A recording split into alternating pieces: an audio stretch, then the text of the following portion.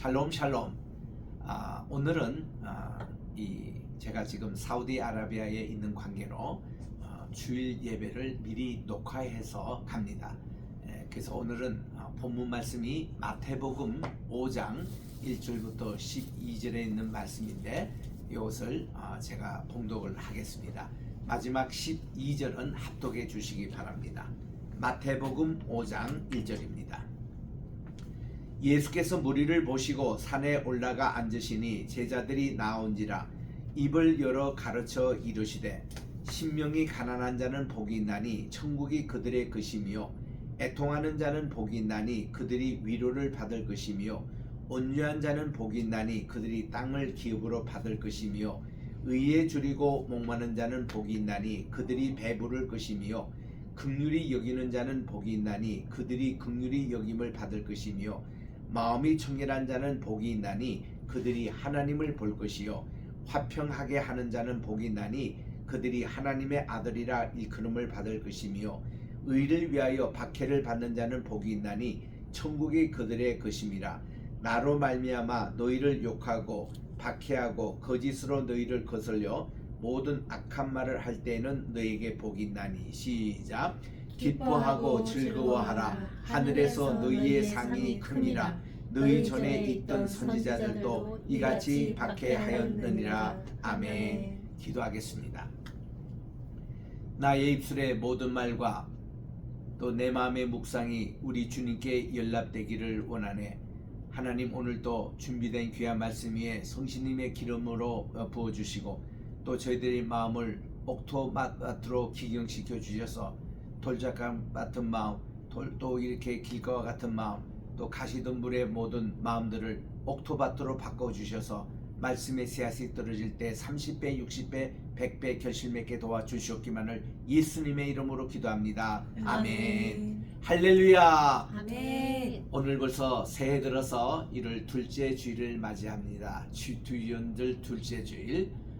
저는 지금 시내산, 이 사우디아라비아 쪽에 있는 라오스 산 주변을 지금 탐사하고 있습니다. 여기 이제 공영방송에서 촬영을 하고 또 이제 그동안 전통적으로 시내산 왔던 이제 이집트 쪽으로 내일 넘어가서 또 그쪽에 있는 시내 반도에 있는 이 시내산도 양자 다 이렇게 탐사하면서 이제 비교하는 그런 프로그램에 지금 참여하고 있습니다. 이제 우리 지난주에 이어서 오늘은 마태복음 5장을 강해할 차례입니다.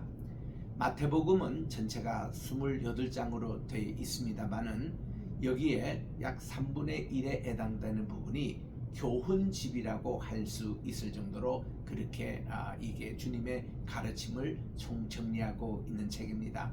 마태복음의 독자는 유대인들입니다. 유대인들에게 하나님의 복음을 전하려는 사도 마태의 그 참 노력을 우리가 볼 수 있는데, 이 마태복음의 그 전체 그 내용이 어떻게 하면 유대인들에게 하나님의 복음을 이렇게 전하려고 하면서 특별히 여기서는 예수님의 그 티칭, 여기에 대한 주안점을 두고 있지요. 우리 지난 주일날 말씀을 드린 대로 마태복음 4장 23절이나 또 9장 35절에 보니까 예수님의 갈릴리 지상 사역의 세 가지를 요약하는데, teaching ministry, 우리 주님이 가르치는 사역과 또 preaching ministry, 우리 주님이 천국 복음을 선포하는 전파하는 사역과 그리고 healing ministry, 각종 병자 환우들을 주님이 다 고치신 이 세 가지 사역을 우리 복음서에서 특별히 마태복음에서 볼 수 있는데, 여기서 특별히 3분의 1씩 다 해당되거든요. 그 3분의 1에 해당되는 teaching ministry에 보면은 5장에서 7장 석장이 산상수훈으로 묶여져 있습니다.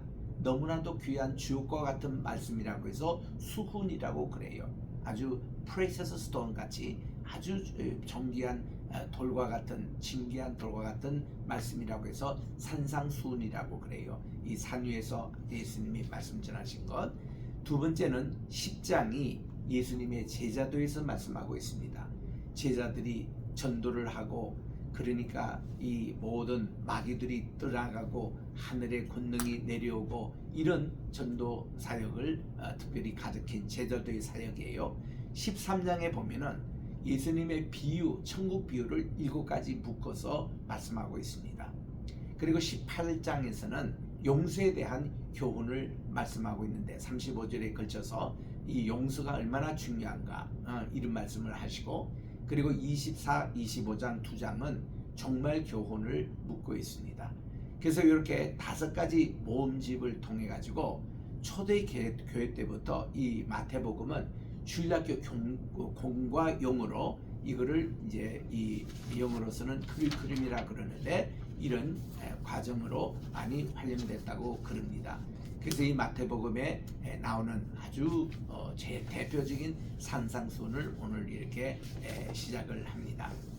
이 산상수훈이 너무나 좋아가지고 우리는 중학교 때에 킹제임스 바이블로, 그 당시 기도원 협회에서 나눠준 성경에 있어서 한쪽은 개역이고 하나는 킹제임스 바이블 성경에서 영어 공부용해서 우리 이거를 다 외웠습니다. 그래서 여러분들도 킹제임스 바이블로 상상수훈을 한번 외우시기 바랍니다. 너무나 좋아요. 이 마하트마 간디 인도에 이분은 영국에 유학할 때에 그가 정말 영국 교회의 크리스찬이 되고 싶었습니다. 그래서 그가 터치 감동을 받았던 것이 바로 이 산상수훈이라고 그래요. 예수님의 평화를 위한 화목해 하는 자는 복이 있나니 저희가 하나님의 자녀라 일컬음을 받을 것이요. 이 말씀이 그에게 감흥이 돼서 평화운동을 정했던 분이지 않습니까? 근데 그가 인종적으로 얼굴이 까맸다고 해서 백인교회에 들어가지를 못했습니다. 요즘은 상황이 많이 바뀌어졌잖아요. 지금 여러분 영국의 총리가 누굽니까? 인도계 이민자인 이 젊은 분이 지금 총리입니다. 영국에. 대단한 이 변화가 생긴 거예요. 그때만 해도 이 마하트마 간디만 해도 자기가 얼굴이 검다고 이렇게 인종차별을 받았는데 지금은 세상이 달라졌습니다. 그래서 이 백인교에서 그가 쫓겨난 후로 그가 이런 얘기를 했습니다. 그는 사실 힌두교도거든요. 나는 예수님을 너무 존경하고 좋아한다. 산상수훈을 자기는 평생 좌우명으로 삼는다. 그러나 그 예수님을 믿는 그리스도인들, 교인들은 나는 별로 좋아하지 않는다. 왜냐하면 그들은 예수님을 닮지 못하기 때문에, 이런 유명한 말을 했습니다. 우리에게 꼭 참 도전이 되는 말씀이에요. 세상 사람들도 우리 예수 믿는 사람은 이 예수님을 닮기를 다 원해요. 그런데 거기서 우리가 부응하지 못하면 세상 사람들도 실망을 한다는 것입니다. 그래서 이렇게 중요한 이 산상수훈이 예를 들면 톨스토이를 변화시켰습니다. 톨스토이가 이 말씀을 기초로 그는 부유했던 타락했던 생활을 청산하고 그는 검소하고 이렇게 경건한 신앙생활로 변화시킨 것이 바로 이 산상수훈이었습니다. 또 여기에 영향을 받은 분이 일본의 우시무라 간소, 그분도 이 산상수훈을 영향을 받아가지고 그래서 무교회주의 운동을 일으켰던 분이고, 여기에 또 영향을 받은 분이 김형석 교수님이며 한석헌 선생님, 이런 분들이 김교신 선생님 같은 분들이 또 해서 우리나라에 참된 기독교 운동을 일으켰던 참 분들입니다. 참 다들 훌륭하신 분이죠. 지금은 돌아가셨습니다마는 부산의 복음병영을 운영하셨던 장기려 박사님도 가장 좋아하는 것이 이 산상수훈이었습니다. 또 미국에는 필라델피아에 있는 이 펜실베니아에 살고 있는 메노나이시며 아미시 마을, 그분들 경건주의 1592년부터 시작했던 재침례파, 이분들도 가장 좋아하는 것이 산상수훈. 요거를 실천하기 위해서 지금도 신앙 공동체를 이루고 있습니다. 그래서 우리 이렇게 중요하기 때문에 영어로 외우시는 분은 대환영이고 한국말로도 이 산상수훈을 다 한번 외우십시오. 제가 미국 가기 전에 1970년 80년 초에 기자촌교회에서 제가 봉사를 했습니다. 그 기자촌교회 우리 정주영 권사님, 연세 많으신 분인데도 이 여전도의 성경 암송대회에서 이 토시 하나 틀리지 않고 상상순을 다 암기하셔서 상을 받으신 적도 있습니다만은 이렇게 우리 이 산상수훈을 꼭 여러분 암기하시기를 바랍니다.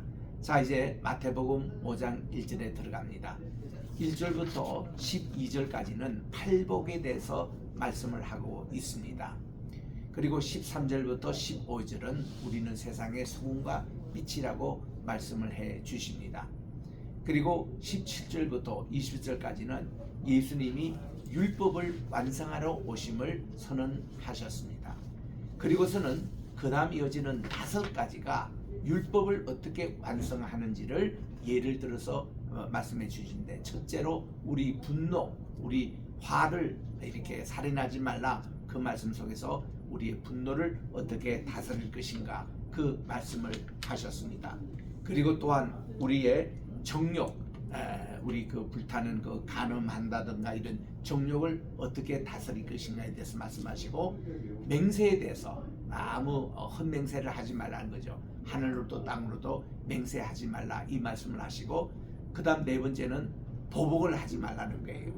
그리고는 5번째는 원수를 내 몸처럼, 이웃을 사랑하라, 내 몸처럼 사랑하라. 이렇게 5가지 예수님은 율법에 대한 재해석을 해주신 겁니다.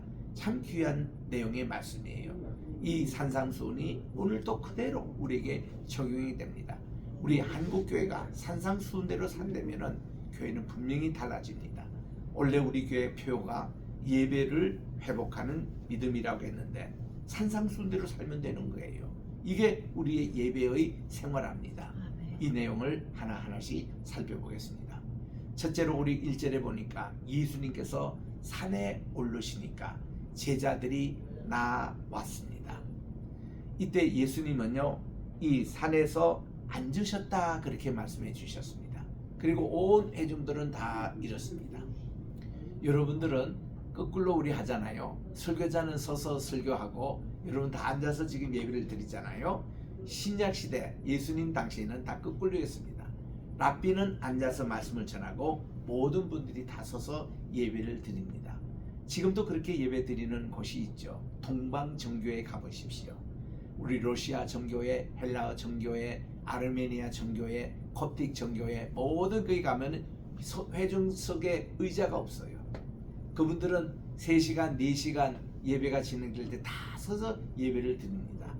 그리고 거기 예배를 인도하는 분은 가끔씩 의자에 앉기도 하고 또 서서 이렇게 예배를 집전하기도 하는데, 그 동방정교회는 그 풍습을 지금까지 그대로 이어오고 있습니다.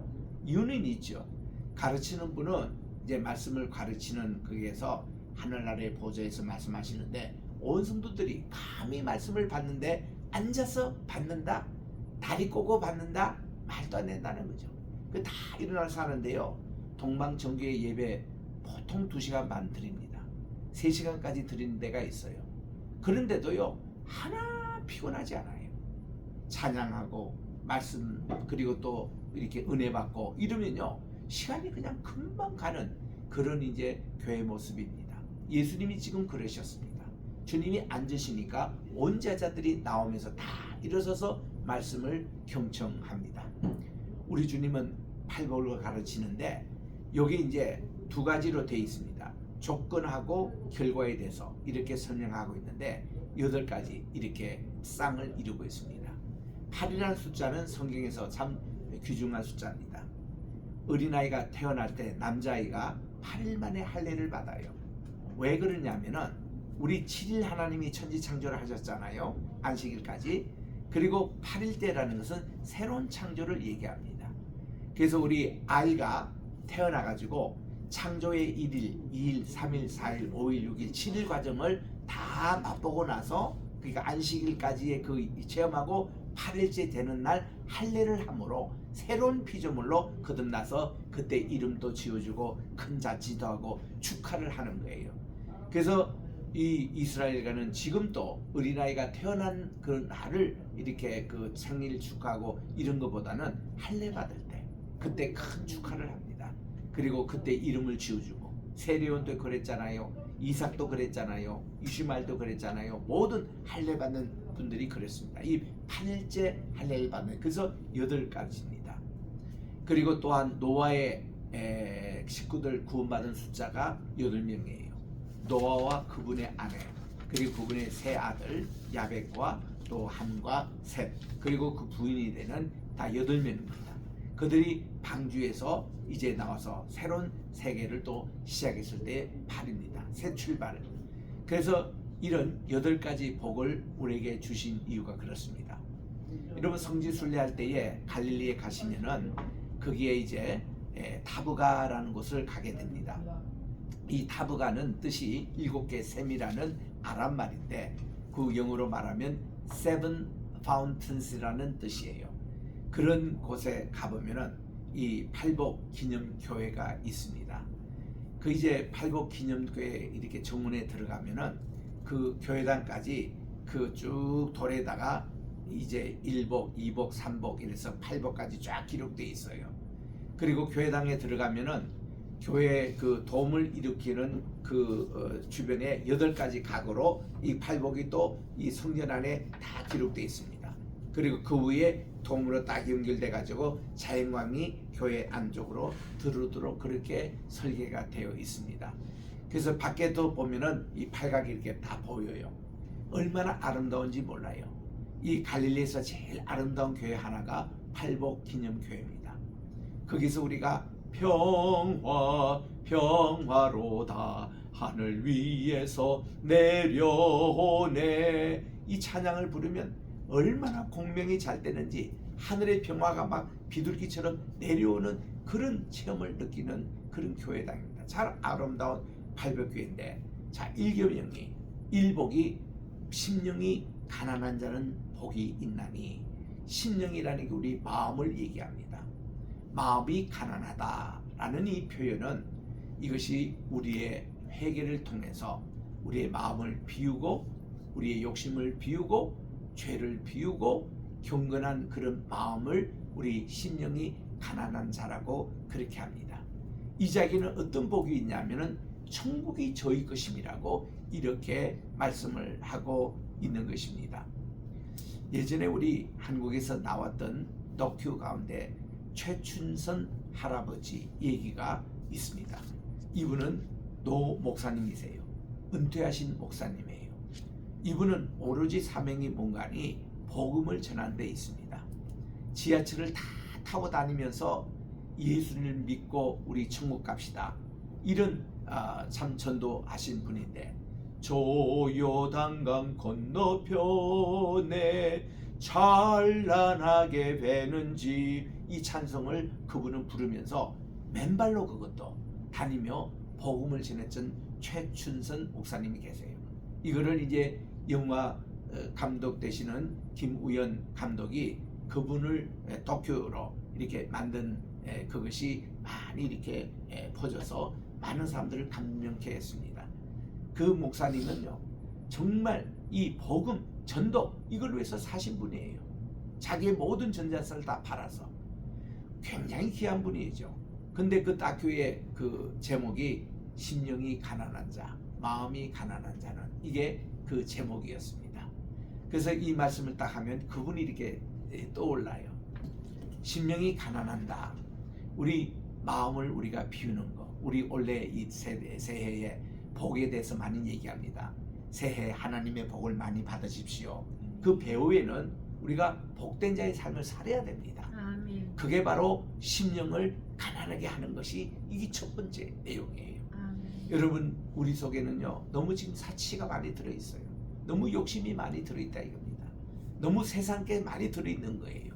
이거를 비우는 거, 이거를 겸손케 하는 거, 정말 이것을 하나님께 청소하는 것이 심령이 가난한 자의 모습인 것입니다. 그러면 천국이 저희 것입니다. 얼마나 큰 축복입니까? 팔복은요, 일복도 그 얻는 상급이 천국의 저희 것으로 나오고요, 8번째 복에는 우리 미리 봅니다마는 의를 위하여 핍박을 받는 자는 복이 있나니 저희가 천국이 저희 것입니다, 이렇게 나와요. 천국이 저희 것이라는 게 일복도 그렇고 팔복도 꼭 같습니다. 한쪽은 심령이 가난한 자, 한쪽은 의를 위해서, 하나님 나라의 의를 위해서 핍박을 받고 힘드는 그 자에게 우리 주님이 천국이 저희 것이라고 말씀해 주셨어요. 여러분 천국을 다 소유하기를 원합니까? 네. 여러분들 심령이 가난하기를 원합니다. 아멘. 의를 위하여 핍박받고 정말 그 위에서 고난을 당하는 자 되면 이 복이 우리에게 임한다는 거예요. 아멘. 아멘. 자, 두 번째 복은 애통하는 자는 복이 있나니 저희가 위로를 받을 것임이라 그렇게 말씀하고 있습니다. 여러분 여기서 애통이라는 헬라어 말의 뜻을 보니까요, 마음을 쥐어짜는 것을 얘기하는 거예요. 그냥 애통, 슬프다, 비애하다 이 정도가 아니라 애짜는. 여러분 이 바티칸 시대에 가보면 베드로 성당이 있는데 거기에 보면은 이제 그 미켈란젤로가 작품했던 피에타라는 그런 이제 작품이 있습니다. 피에타는 문간이 마리아가 이제 십자가에 처형해서 돌아가신 예수님을 안고 있는 그 모습, 그 얼굴의 모습을 그린 거예요. 그게 피에타라고 그럽니다. 이 피에타가 애통하는 자의 모습을 그린 거예요. 우리들도 예수님 십자가에 돌아가신 예수님에 대한 이런 애통의 마음이 있는 사람, 우리 예수님의 하나님의 마음을 아파하는데 같이 동참하는 사람, 이 사람들에게 위로의 축복이 온다는 것입니다. 여러분 우리들은요, 이 애통을 먼저는 하나님 나라를 위해서 애통하십시다. 아멘. 우리들은 주님의 나라, 복음을 위해서, 복음을 듣지 못하는 저 죽어가는 영혼들을 위해서 애통하시길 바랍니다. 자기를 위해서도 한번 애통하시길 바랍니다. 요즘은 이 애통이 많이 부족해요. 결혼식이 있어도 같이 춤추지 못하고, 상가집에서도 같이 울지 못하고, 동고농락 못하는 이런 무정한 세계에 우리가 살고 있습니다. 이거 안 되는 거예요. 우리들은 정말 이런 공동체에서 애통을 할 수 있는 사람, 애통하는 자가 복이 있다, 위로를 받을 것이라 했습니다. 세 번째는요, 마음이 온유한 자는 복이 있나니 저희가 땅을 차지할 것이라 이렇게 말씀을 하고 있습니다. 여러분 여기서 온유라는 이 표현, 헬라 말에 보면 그 뜻이 어떤 뜻인가 하면은 야생마를 훈련해 가지고 준마로 만드는 과정을 온유라고 그렇게 표현하고 있습니다. 미국에 가보면은 로데오 게임이 있어요. 이 텍사스에서 거의 주말마다 하는 게임입니다. 이전에 미국에 서부 개척을 할 때에 그들이 가다가 보면은 야생마를 만나요. 많은 말들이 거리에 이제 뛰어놉니다. 이 야생마를 그들이 이제 잡아다가 훈련을 시켜요. 그러면 이게 준마로 만듭니다. 이 말은요, 특징이 있습니다. 자기가 낯선 사람이 위에 타면요, 어떻게든지 흔들어서 이 사람을 떨어뜨리려고 해요. 왜냐하면 이 사람이 내 주인이 되느냐 못 되느냐 그거 시험 테스트합니다. 근데 거기 로데오 게임에 보면요, 어떻게든지 안 떨어지려고 오래 버티는 사람이 이제 1등을 하거든요. 그런데 이게 어떠냐면은 위에 말 탄 사람이 한 날뛰는 말을 이게 컨트롤하고 달래고 자기 말로 만드는 사람이 결국은 승리하더라고요. 우리는 다 야생마와 같은 거치는 사람인데 주님을 만나가지고 점점 주님께 말씀에 순종하고 주님을 나의 주인으로 모시고 나는 다 내리는 이런 과정이 온유라고 그럽니다. 그래서 온유라는 말과 순종이라는 말이 같은 말이에요. 정말 이 온유한다는 말은 말씀에 순종한다는 말입니다. 이렇게 순종하는 사람으로 바뀌면은 주님이요, 이 사람에게 땅을 맡기겠다는 거예요. 아버지가 땅을 이렇게 가지고 있는데 누구에게를 맡기느냐? 온유한 자에게 맡기겠다는 겁니다. 출애굽기 11장 3절에 보니까 모세는 그의 온유함이 지변에 승하더라 이렇게 나옵니다. 그리고 얘가 나와요. 모세의 아마 아내 시보라가 죽었던 것 같아요. 재혼을 하게 됩니다. 재혼을 하는데 얼굴이 금은 그 아내를 맞이하게 됩니다. 그때 자기 누나나 형이 불평을 했습니다. 아니 이렇게 이스라엘 사람도 이렇게 좋은데 왜 구스 여인, 이디오피아 여인을 이렇게 자기 아내로 맞이했냐고는 불평을 했습니다. 근데 모세는요, 하나님께서 그렇게 하라고 했는 것을 그는 순종하였습니다. 순종하니까 그가 온유함이 지면에 승하더라 이렇게 말씀하는 거예요. 온유한 자가 땅을 하나님이 맡겨주시는 겁니다. 네 번째는 의일에 대해서 굶주리고 목말라 하는 자는 복이 있나니 저희가 바로 의로 배부를 것이고 의로 채워주시라고 약속을 해 주셨습니다. 우리는 의에 대해서 목말라 해야 합니다. 의에 대해서 배고파해야 합니다. 그것이 하나님께서 그만큼 우리에게 채워주시는 거예요. 아멘. 우리 다음 주에 6장을 보겠는데 맨 끝에 33절에 보니까 너희는 먼저 하나님의 나라와 그분의 의를 구하라고 말씀해 주셨습니다. 우리는 하나님의 의에 대해서 목말라 하고 배고파야 할 때 우리 하나님은 그것을 우리에게 충분히 채워주시고 우리의 의에 대한 목마름, 의에 대한 배고픔을 주님이 해소해 주겠다고 말씀해 주셨습니다. 얼마나 귀한 내용이에요. 그리고 이제 다섯 번째 갑니다. 다섯 번째 이 복에 대해서 우리 주님이 이렇게 말씀을 하고 계시는 것입니다. 긍휼히 여기는 자는 복이 있나니 저희가 긍휼히 여김을 받을 것입니다. 아멘. 이게 멀시라고 그럽니다. 긍휼이라는 말이 멀시를 이렇게 이제 그 히브리 말로는 카세드라는 그 용어인데 그 인자한 사랑, 꾸준한 사랑, 무궁한 사랑, 변하지 않는 사랑 이런 내용이에요. 우리는요 정말 배고파하는 사람을 긍휼히 여기는 사람이요 자기도 배고파할 때 긍휼히 여김을 받습니다. 또 외로운 자, 배고픈 자, 추운 자 이런 분들에게 긍휼히 여기는 자에게 우리 주님도 우리를 긍휼히 여겨 주시는 거예요. 어린 소자 그 어려운 분들 지나치는 사람은 상급이 없습니다.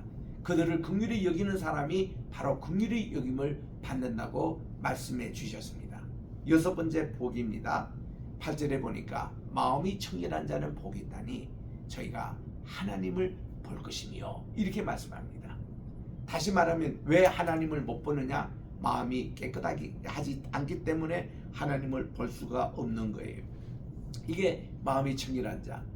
우리 저 주일학교 다닐 때에 우리 그 선생님 가운데 박용산 선생님이 계셔요. 지금은 돌아가셨습니다만은 평생 아버님 교회 장로님으로 봉사하시던 분인데 이분은 그저 이 마태복음 5장 8절 말씀을 수십 번 이렇게 그 설교를 하셨어요. 그분은 동화를 구현을 잘하신 분인데 그래서 이 마음이 청결해야 하나님을 볼 수 있다 이래가지고 어떤 예를 드는가 하면은 이제 어떤 도둑질 했던 거 이렇게 하는 때에 그거 다 물리치라는 거, 죄 지으려고 하는 마음 다 물리치라는 거 이런 얘기를 하십니다. 한 번은 이런 얘기를 하시더라고. 벌거벗은 임금님 그 예를 이제 들면서 이 임금님이 정말 한 옷을 제조하는 분이 소문이 있다고 해서 이제 갔더니 이게 이제 사기꾼이었어요. 이 옷 많은 사람들이 아무것도 재료도 없고 그냥 옷 많은 척하고 하는 배우인데 이 사람이 워낙 이제 유명하게 돼가지고 왕이 불렀습니다. 자네들 내 옷도 좀 만들어 주겠나 그랬더니 아이고 임금님 만들어 드려야죠 하고는 막 이제 하면서 무슨 얘기인가 하니 마음이 깨끗한 사람만이 이 옷을 볼 수 있습니다. 이렇게 딱 조건을 다는 거예요. 그러니까 이제 임금은 자기를 속이려고 올 때마다 와 어쩜 흥미로운 간에 빨리 입고 싶으네 막 이렇게 했다는 거죠. 그런데 정작 이제 임금님이 이제 이 옷이 완성이 돼가지고 이 옷을 입고 행차를 예정을 하고 있었다는 겁니다. 그런데 임금님이 벌벗고 빤스만 입고 이제 그렇게 행차를 했다는 거죠. 그리고서는 이렇게 이 최고 명품 우리가 하고 지나가는데 많은 사람들이 박수칩니다. 박수치는 모든 사람 고관백자들은 다 같은 거짓말이에요. 다 사기꾼들이죠. 그런데 그 중에 한 어린아이가 나무 위에 있다가 임금님 벌거벗었네 하고 이렇게 하니까 와르르 사람들이 그때 웃었다는 거, 창피를 당했다는 얘기입니다. 이 얘기를 연관시키면서 마음이 깨끗한 자가 진짜 하나님을 볼 수 있다. 이런 사기치지 말고 이 진짜 우리 하나님을 우리가 볼 수 있으면 우리 마음이 깨끗해야 된다. 그런 내용이에요. 아멘. 우리가 이제 거울을 이렇게 볼 때에 정말 거울이 깨끗하지 못하면 제대로 보이지 않다. 뿌옇고 이러면 안 보여요. 거울을 깨끗게 해야 우리 반사돼서 바로 보이지 않습니까? 아멘. 하나님 마찬가지예요. 그래서 우리는 이 원리 7번째 갑니다. 7번째는 화평케 하는 자가 복이 있나니 저희가 하나님의 아들이라 일컬음을 받으시고, 킹제임스 바이블의 번역에 보니까 하나님의 자녀라고 이렇게 번역하고 있습니다. 딸들도 같이 포함하는 거죠. Children of God, 하나님의 자녀라고 일컫는다는 겁니다. 누가? 피스메이커가, 화목케 하는 자가, 화평케 하는 자가 그렇습니다. 다른 것은 트러블 메이커가 있죠. 문제만 일으키는 사람, 하나님의 자녀가 될 자격이 없어요. 어디든 피스메이커가 돼야 합니다. 교회 안에서도 우리 나라적으로 이렇게 문제를 일으키는 자가 아니라 피스메이커가 돼야 이게 정말 하나님의 자녀라고 일컬음을 받을 것이다. 그리고 마지막 8번째가 바로 의를 위해서 핍박을 받는 자는 복이 있나니 저희 천국이 저희 것임이라고 말씀해 주시면서 12절에 이렇게 주님은 또 말씀을 합니다. 12절에 보니 기뻐하고 즐거워하라. 하늘에서 너희의 상이 큼이니라.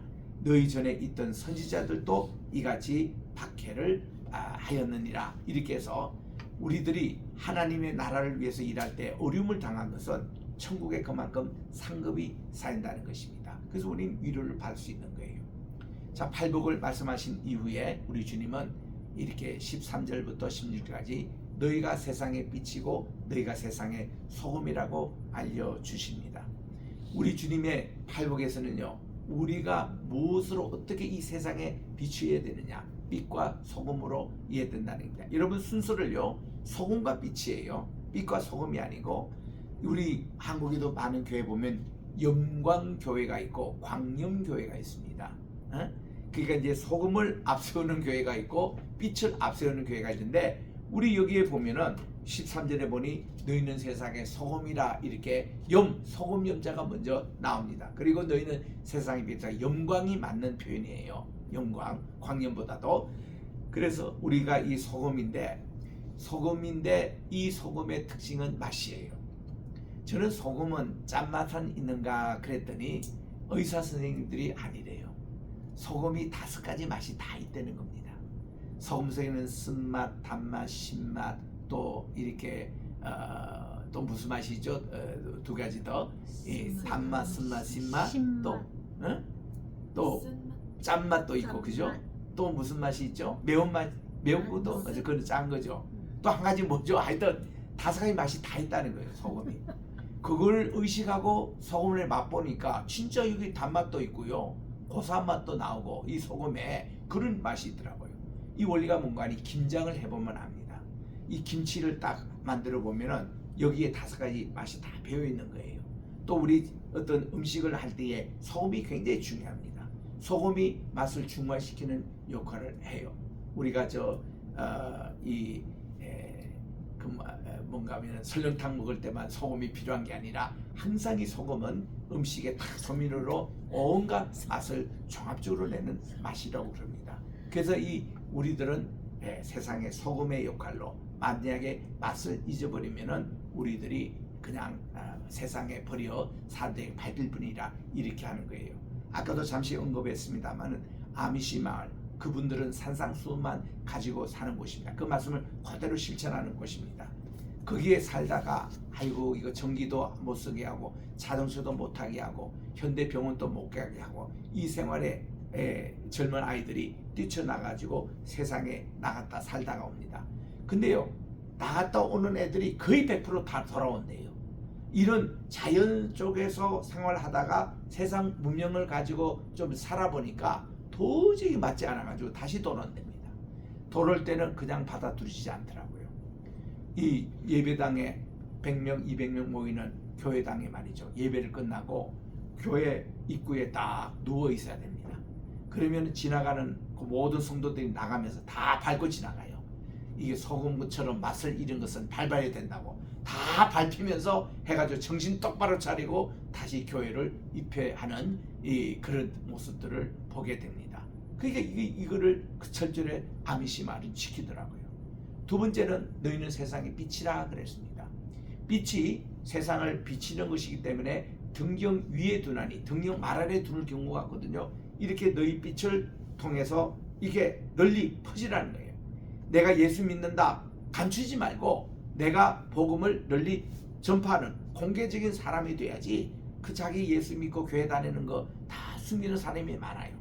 왜냐하면 담배 피기 술 먹고 또 사기치기 좋아하는 사람들, 요 사람들이 교회 이렇게 그 들킬까봐 이러는 거예요. 맨하탄에 가끔씩 이렇게 신방 나가 보면은 우리 교인들 가운데 많이 이렇게 장사하는 분들이 많죠. 그 중에 장로님들도 사장되는 곳이 많습니다. 저는 이제 새 벽두 신방에 가면은 우리 장로님 와서 이제 기도하십시다 하고 제가 손잡고 말씀 읽고 이 신방을 가게 신방하면요, 스페니시 사람들이 와가지고 꾸역꾸역 쳐다봅니다. 그리고는 나보고 파스토르, 우리 저 사장님 저분이 교회 다니는 분이 맞느냐고. 맞다고 우리 장로님이라니까 깜짝 놀라는 거예요. 아니 그 장로님이 왜 그렇게 욕을 막 하느냐고, 또 장로님이 왜 그렇게 사기를 친다고, 자기들이 막 거짓말 하냐고 막 이렇게 하는 거예요. 그 내가 이거를 직접적으로 물어보지는 못하고 간접적으로 내가 거기 실업인 협회 나오는 분들에게 물어보니까 이분들 얘기가 스페니시 제도를 다루기 위해서는 욕도 해야 되고 그냥 크를 해서 하기 때문에 자기가 절대로 교회 다니는 것을 표시 안 된다는 거예요. 그랬는데 내가 그 다음에 장로님한테 야단 쳤습니다. 장로님 이거 뭐예요? 당신이 세상에 빛의 역할을 하고, 이게 저 16절에 한번 보세요.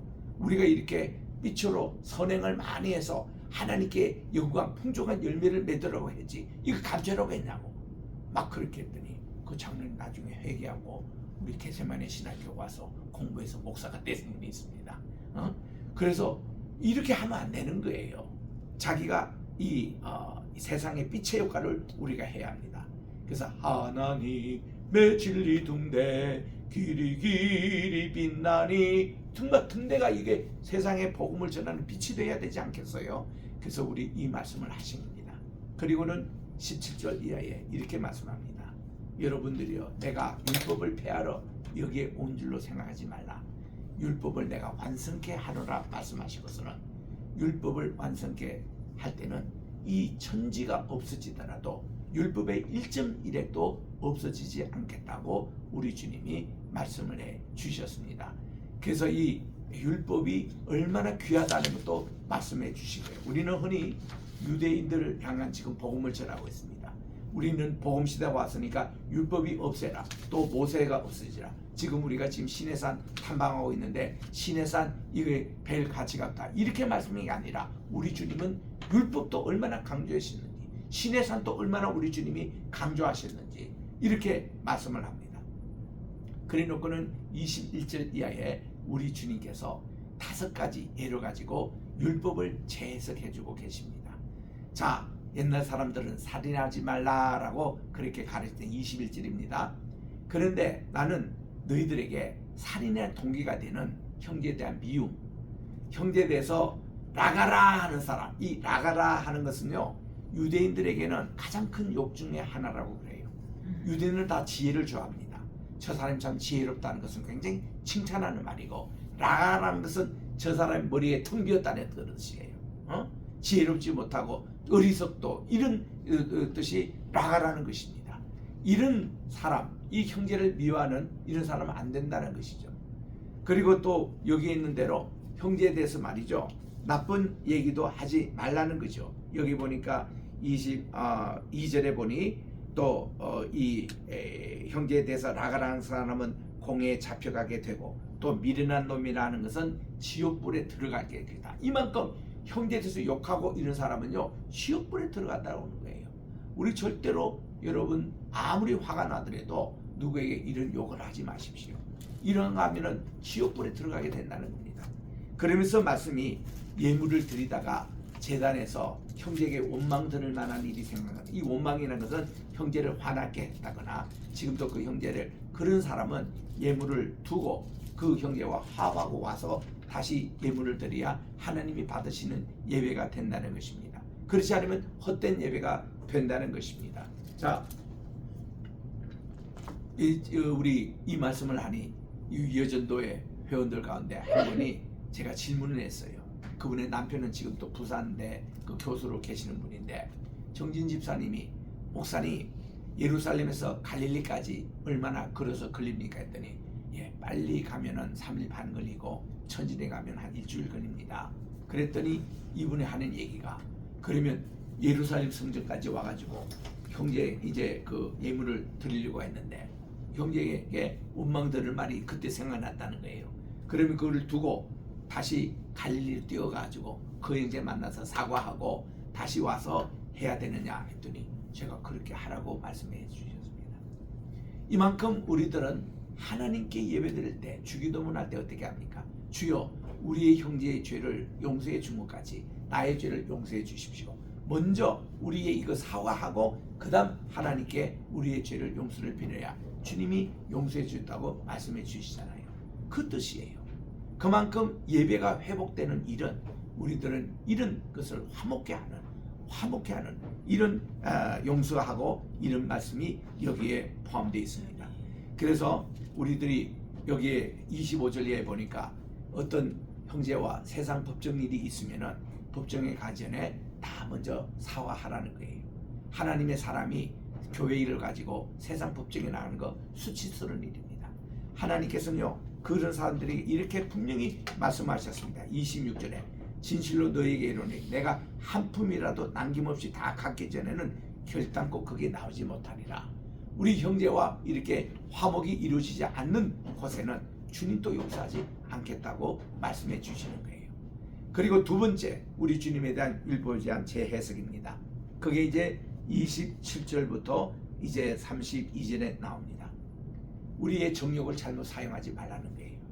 그게 우리 7계명에 보면은 간음하지 말라 그 한마디만 나오잖아요. 근데 우리 주님은요 이거를 가지고 좀 더 상세하게 설명합니다.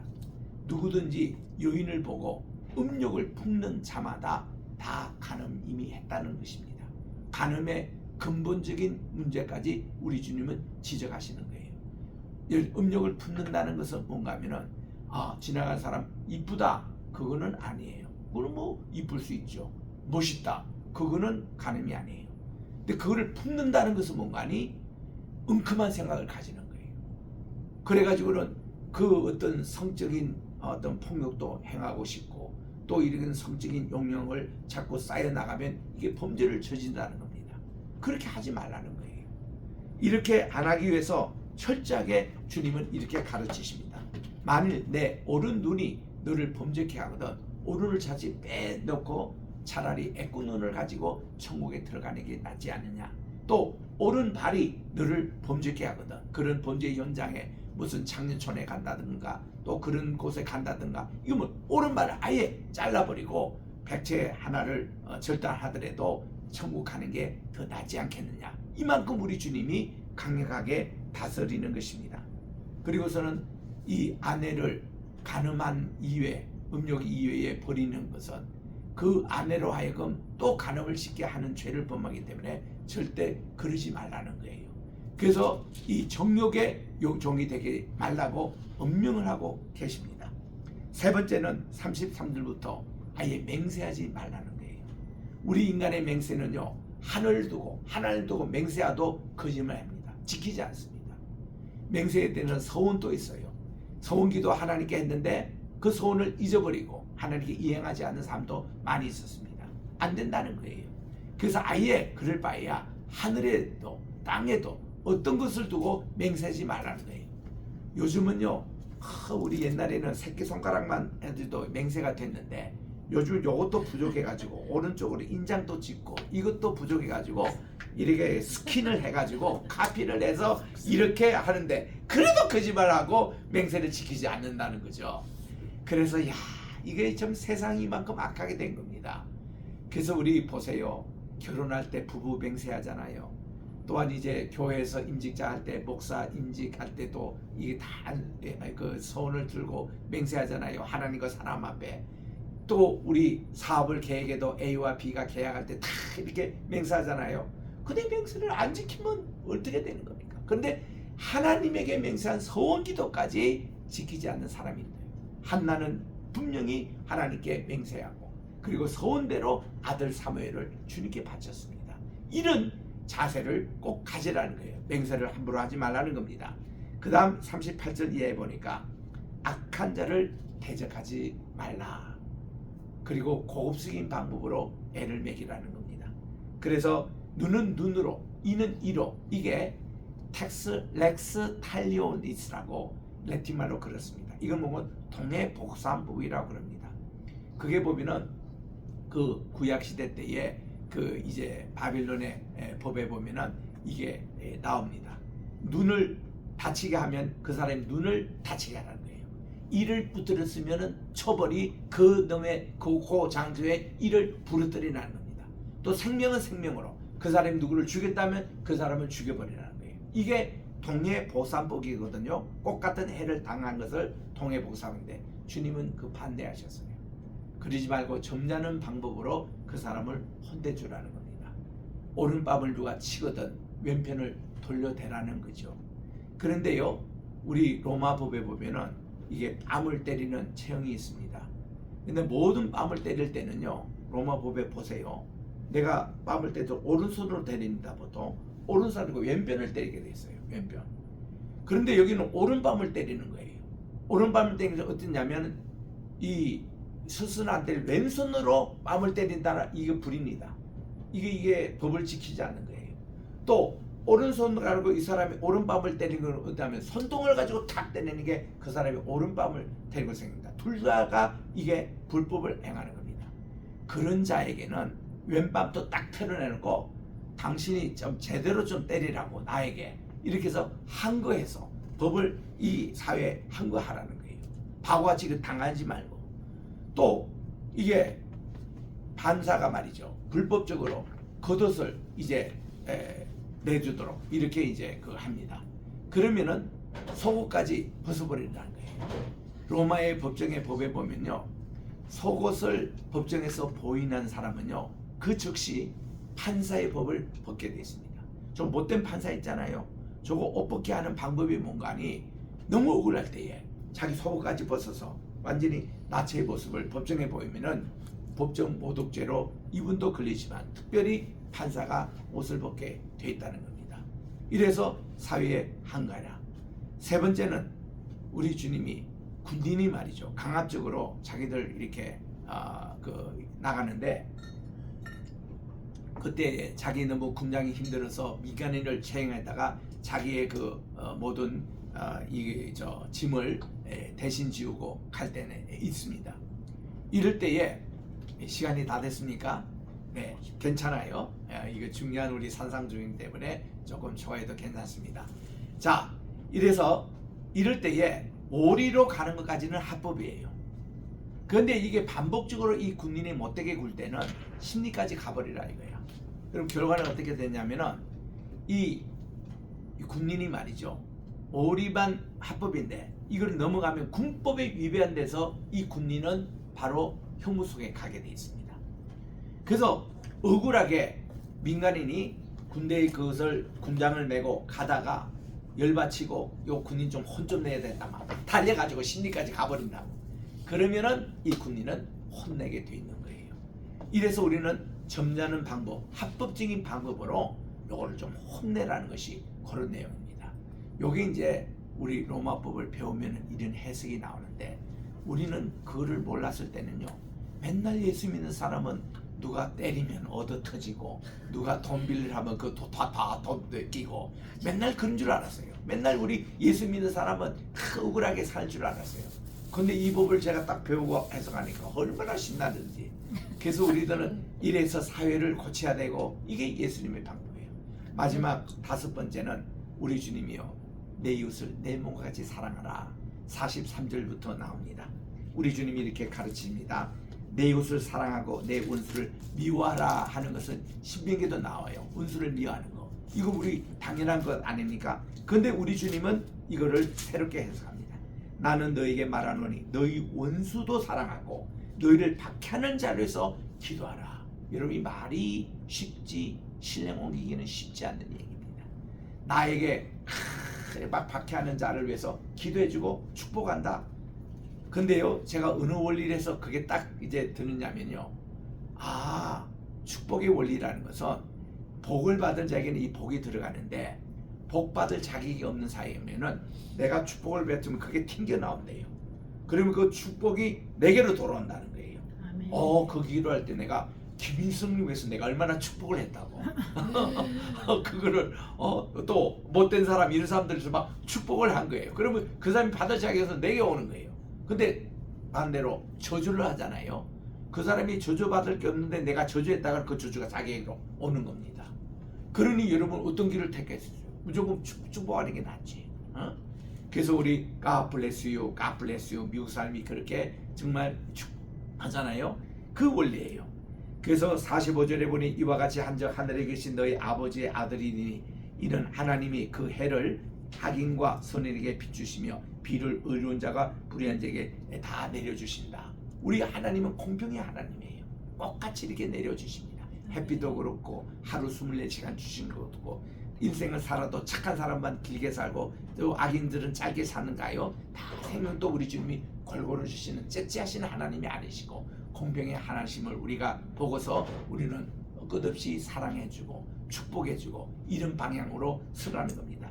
그래서 46절에 보니 너희를 사랑하는 자만 사랑하면 무슨 상이 있으리요 세리도 이와 같이 하지 아니하느냐. 그래서 우리는 사랑할 수 없는 사람을 사랑하는 거, 축복할 수 없는 사람을 사랑하는 거, 축복하는 거, 이런 승리적인 삶을 살아가라. 그러면서 48절은 우리 같이 한번 따라 하시기 바랍니다. 그러므로 하늘에 계신 너희 아버지의 아이고 저를 따라하라니까 여러분 같이 읽어버리시네요. 저를 한번 따라 해보세요. 그러므로 하늘에 계신 너희 아버지의 온전하신 것 같이 너희도 온전하라. 이것이 오늘 말씀의 결론입니다. 아멘. 우리 하나님은 완벽하신 분이에요. 아멘. 이제 유대인들 당신들이 이렇게 너무 편협적으로 예수를 믿지 말고 너무 이렇게 편협적으로 율법을 지키지 말고 하나님의 온전하신 것 같이 여러분도 온전하게 이렇게 사랑하고 축복하고 말씀을 깨닫고 예수님이 그런 복음의 시대를 열으신 거예요. 이런 복음의 세계로 우리 주님이 초청하십니다. 오늘도 이 중요한 산상수훈 제1편 5장의 말씀을 통해서 여러분들에게 큰 복이 임하시기를 주의 이름으로 축원합니다. 아멘. 기도하겠습니다. 하나님 아버지 감사합니다. 오늘도 이렇게 주신 귀한 마태복음 5장에 있는 산상수훈 제1편을 저희들이 또 읽고 은혜를 받사오니 우리들도 팔복적인 삶을 살아가게 도와주시고 또 빛과 소금과 빛의 역할을 잘 감당하며 우리 하나님의 주신 그 율법을 완성케 하신 주님의 말씀을 꼭 깨닫고 그 율법에서 다 가르치지 못한 부분을 우리 주님이 보충해서 많이 가르쳐 주셨습니다. 언제나 사람이 되게 도와주시옵소서. 아멘. 예수님의 이름으로 기도드립니다. 아멘. 아멘. 이제는 우리 주 예수 그리스도의 은혜와 하나님 아버지의 무궁하신 사랑하심과 보혜사 성신님의 감화감동 교통 충만하신 역사가 율법을 완성시키러 오신 예수님의 가르침을 본받아 우리들도 산상수훈대로 살아가는 모든 우리 로이교회 모든 성도들 머리 위에 이제로부터 영원토록 함께 계시기를 간절히 축원하옵나이다. 아멘. 아멘.